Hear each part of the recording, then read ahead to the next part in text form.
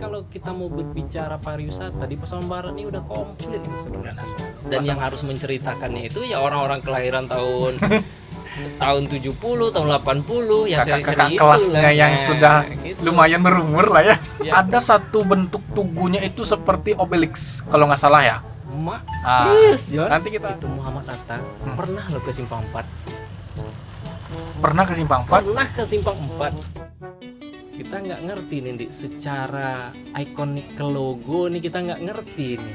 Kayaknya belum ada. Ya, iya betul. Ini kita memang ngobrolnya sama orang desainer, Nah, orang desain grafisnya, jadi iya gitu, di samping- lebih paham lah. nah, aku juga desain grafis gitu kan. Aku pernah sering ikut lomba. Misalnya ada food apa gitu kan. Ya, Atau ada segala sayembara sayembara logo ya, gitu kan. Sayembara logo diadakan gitu kan. Nah, kayaknya kita udah harus juga, kenapa kita pariwisatanya ada. betul. Kita yang perlu kita ketahui, kita punya gunung tertinggi di Sumatera Barat adalah Gunung Talamau. Ya, Jadi kalau kita mau berbicara pariwisata di Pasaman Barat ini udah komplit loh sebenarnya. Pasaman Barat ini kalau kita lihat brosurnya yang dari Pemda Ya. itu belum semua. Iya belum lah. masih Anak banyak negeri, lah yang lain. anak-anak milenial sekarang ini yang hobinya ke pariwisata, penemuan mereka gila-gila. Ya, itu. Baru-baru ini ada di Info Pasbar itu gua di Iya, dalamnya gua tuh ada air gitu. Dan Iya. itu wisata ekstrim. Di situ kalau kita mau ke sana masih dibatasi aksesnya. Iya. Bayarannya mahal. Iya, iya, iya. Itu gila penemuan anak negeri sekarang.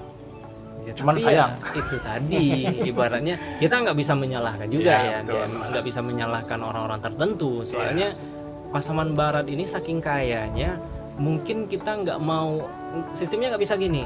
Sekarang ada lagi booming, udah tuju sana, ini booming lagi tuju sana, dan akhirnya pun Nggak fokus ya. pihak-pihak yang tertentu tentu mereka kewalahan juga. Iya. Kewalahan maksudnya ini mau dibangun juga, ini mau diviralkan juga, ini kayak gini juga. Sementara yang lama aja belum kelar, Betul. ini udah muncul. Iya. Nah, sebaiknya yang namanya pemerintah daerah bekerja sama dengan pemerintah negeri, sama-sama mendukung. Kalau seandainya ada potensi di daerah masing-masing, selagi masih bisa dikelola sendiri sampai udah benar-benar bisa menjual, nanti itu urusannya contohnya dengan pariwisata, mereka kan lebih tahu gitu Ya, kan. Pastilah nih yang namanya sekarang pariwisata itu walaupun di masa-masa pandemi, kayaknya pariwisata ini masih tetap menyuguhkan sesuatu yang berbeda juga. Betul. Iya.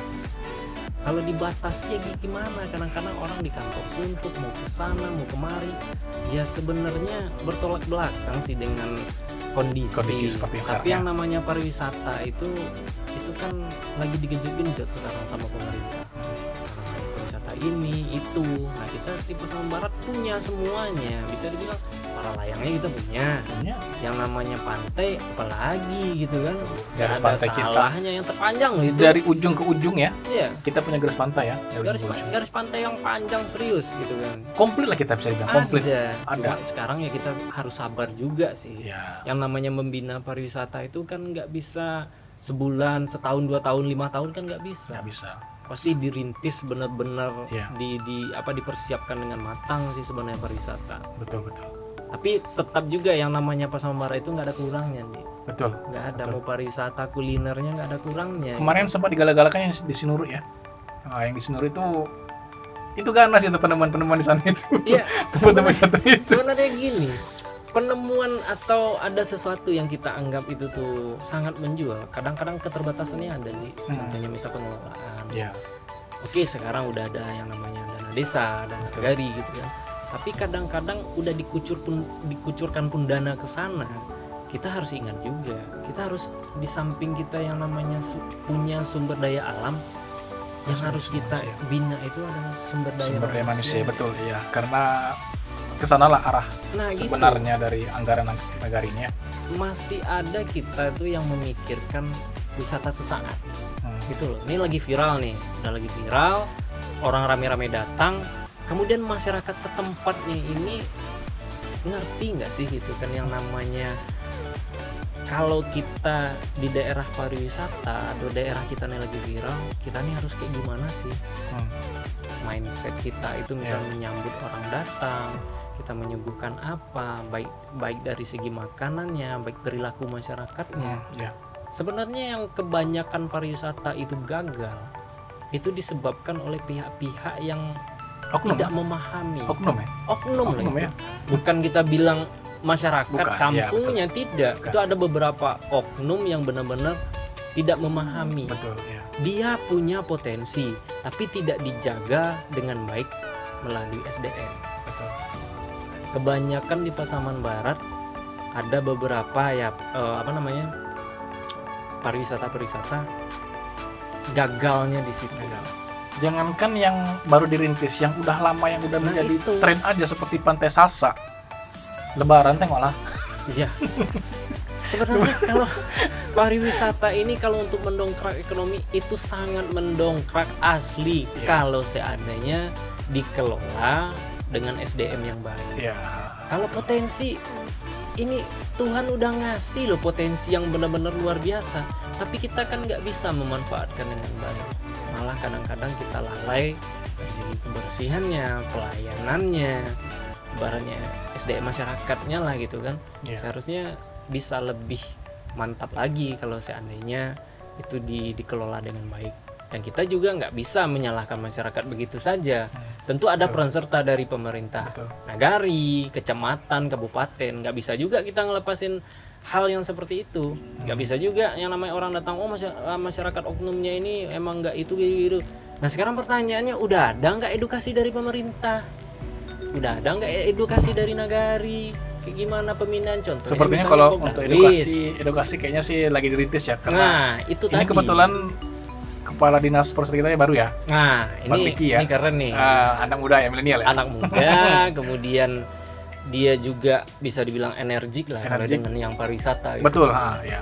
Kalau aku pribadi Cindy, Ah. sebenarnya ini tantangan juga sih Iya. buat Pak Kadis yang baru gitu Iya, kan. iya.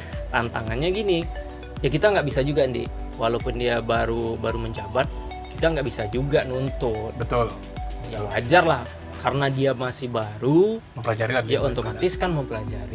Ibaratnya apalagi sekarang pandemi, kita kan nggak seenaknya aja kita mengucurkan dana ini segala macam kan nggak mungkin juga. Tapi setidaknya sekarang kita punya Kadis pariwisata yang benar-benar memahami Betul, pariwisata iya. itu apa. Ya. Nah, sekarang kita tunggu aja. Kita tunggu. Ini sepak terjangnya dari Kadis yang baru sampai mana Sampai di untuk mana. merubah Iya. Wajah pariwisata Pasaman. wajah pariwisata Pasaman. Oke, ntar kalau ini kita ini udah ngambang loh ini. Udah Di. ngomongin dari simpang Udah 4 ya. ngambang loh ini. Iya. Sebenarnya ini pariwisata keren juga nih Keren, di episode selanjutnya. Oke, kita coba bahas lagi. Kita sambung lagi ya. Kemudian nanti akan ada kuliner segala macamnya. Nah, Kemudian ini seru nih ini pembahasannya jadi keren nih. gini, ini kan apa ya, kayak kita tuh mau ngelompat gitu kan. Awalnya konten YouTube aku ini, iya misalkan kawan mungkin selama ini lihat kan musik cover, musik cover. Sekarang kita Iya, nyemplung stuck sih. Stuck sebenarnya kalau kita mau ke YouTube juga sebenarnya harus multi talent juga. harus. Bukan orangnya tapi kontennya. Ya, Kalau kontennya. orangnya udah Sebenarnya pasti kontennya lah kan. Kontennya. Bukan gaduh-gaduh, cuman kita melihat situasi dan kondisi Iya. sekarang ini seperti apa gitu kan gitu. kondisinya. Nah, Nah sebenarnya ini buat teman-teman juga yang nonton sih, sebenarnya ini kita bukan selaku seorang bukan pakar, bukan pengamat. pakar, bukan pengamat, bukan orang yang dianggap lebih maha tahu sih, Ah, enggak. ya. Tapi jujur aja kita di sini bikin konten yang seperti ini Mengungkapkan ngobrol-ngobrol pandangan kita, aja ya sih, betul. dia ngobrol-ngobrol. Kita ngobrol, kita santai. coba buka mindset kita Iya, masing-masing. apa sih yang kita tahu Apa dengan yang kepikiran, Pasaman Barat, betul. gitu kan. Nah, Nah, kalau ada kita di sini nih, mungkin informasi yang kita omongin di sini agak sedikit tidak tidak Agak keliru sesuai ya, dengan keliru. itu ya, Nah, iya, dengan kenyataannya. Nah. Ya mungkin itulah keterbatasan kita ya, Di. Ya, mungkin pengetahuan kita yang kurang atau kita menyampaikan sesuatu itu tidak berdasarkan fakta, tapi setidaknya ini kan menjadi pelajaran buat kita ke depannya, Di. Ya, bahwasanya konten yang kita bikin ini harus lebih menyajikan data dan fakta yang harus valid juga ya, gitu betul. kan, karena ini nanti ditonton yang nggak cuma 1-2 orang gitu kan, tapi setidaknya kita udah mencoba menyajikan sesuatu dari ngobrol-ngobrol santai, ngobrol-ngobrol yang nggak terlalu berat, ngomongin politik, ngomongin apa, jangan tapi sampai ke sana lah kalau ya, bisa. seputaran apa sih, seputaran hal-hal yang biasa di Pasaman Barat Ya. yang mungkin generasi sekarang nih Andi ya, generasi sekarang yang ibaratnya kelahiran tahun 2000, kelahiran tahun 9 berapa gitu kan. 95 ke atas lah, Nah, 95 ke atas itulah. kan mereka nggak banyak tahu tentang pasaman barat. Oh iya pasti. Dan yang harus menceritakannya itu ya orang-orang kelahiran tahun tahun 70, tahun 80, ya seri-seri Kakak-kakak itu kelasnya lah. yang Nah, sudah gitu. lumayan berumur lah ya. Ya, iya pasti kayak gitu. Ya, lah. harus Mungkin seperti juga itu kan keadaannya. mereka menceritakan, mungkin ya mereka cuma taunya mungkin dari orang tua mereka. Ya. Dan itu kan terbatas. Nggak semua juga. Dan kita pun di sini ntar juga apa namanya pasti nyari-nyari juga lah informasi. Soalnya gini, tadi PR-nya satu tuh. Tugu yang ada itu apa namanya? Tugu apa namanya? Yang mana? Jam gadang Jam gadang. mini yang ada di Pasaman Barat itu di Simpang Iya. 4 waktu itu. Ah, Kita penasaran juga. Itu tahun berapa sih dibikin? tahun berapa ya, betul. Atau, nah ini ada lagi. Malahan sebelum itu ada nggak? Ada. Nah, Ada. apa? Aku pernah lihat dokumentasi dari siapa ya? Di perpustakaan. Nggak tahu, pokoknya udah nyebar aja di Facebook kalau nggak salah, di media sosial ya. Nah, Ada satu bentuk tugunya itu seperti Obelix kalau nggak salah ya. serius, John? Nanti kita coba kita coba gali-gali kalau nggak salah di Facebook itu. Ada, kalau di HP ini mungkin kayaknya ada nih nyimpen gitu. Nah, satu lagi nih. Ah, Aku yang ingat, aku ada ngelihat sesuatu di sebuah tempat tanpa kita sadari. Itu ini nggak banyak yang tahu, yang generasi sekarang ya, orang-orang tua yang nonton pasti tahu. tahu. Itu kayaknya di tahun berapa gitu kan, yang namanya wakil presiden pertama Indonesia itu Muhammad Hatta pernah lo ke Simpang 4. Pernah ke Simpang 4? Pernah ke Simpang 4. Itu Muhammad Hatta pernah ke Simpang 4 dalam Ya. kunjungan kerja apa? Tadi itu PR. Ah. Dan satu lagi katanya itu Soeharto pernah loh ke Oh, sini. kalau Soeharto kebetulan di channel aku yang ini, yang YouTube ini, yang di Noha ini ada. Ada kan? Ada. Nah, Itu kalau nggak nggak, semua orang yang tahu, anak-anak ya. sekarang di. Jadi kalau kita ngomongin itu, ini udah jauh lagi nih, udah. Nah, udah melebar nih. Udah Tapi nggak melebar. apa-apa. Jadi kita di sini kita simpan idenya di sini. Iya betul. Setidaknya kita kedepannya tahu. Sekarang pembahasan masalah seputar Simpang 4, apa yang dulu ada Iya. dan apa sekarang yang udah tidak ada lagi. Tidak ada lagi. Ya.